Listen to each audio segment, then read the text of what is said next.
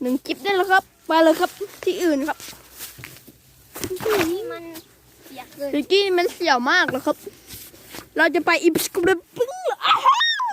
อย่างวะกัดตินกูวะต้องเป็นดูแน่ๆครับสีตะกล้องสีมึงเป็นตะกล้องมึงจะหนีไปไหนตะกล้องจับตะกล้อง แถวนี้ก็มีรถล้างด้วยนะครับ นี่ก็รถแมคโครของผมเองครับ โคตรโมเลยนะคลิปนี้มันอาจจะมูก็ได้ครับ ไปเราจะพาไปดูอีก 4-5 ถ้ำนู่นเลยครับ มีเยอะนะครับ ซึ่งมีเยอะมาก ไอ้เนี้ยคลิปมันไม่มาเหรอ มันอยู่ตรงนู้นอ่ะ ไปเราลงมาเราก็ไปสำรวจบอลอื่นถ้า ถ้ำอื่นก็มีนะครับ ยังไงเรา ล จะ ง ทำคลิปแกล้ง แกล้งคน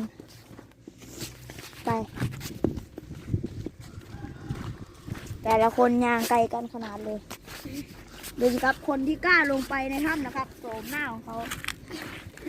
ปานเนี้ยครับดูครับขาอะไรก็เปื้อนครับ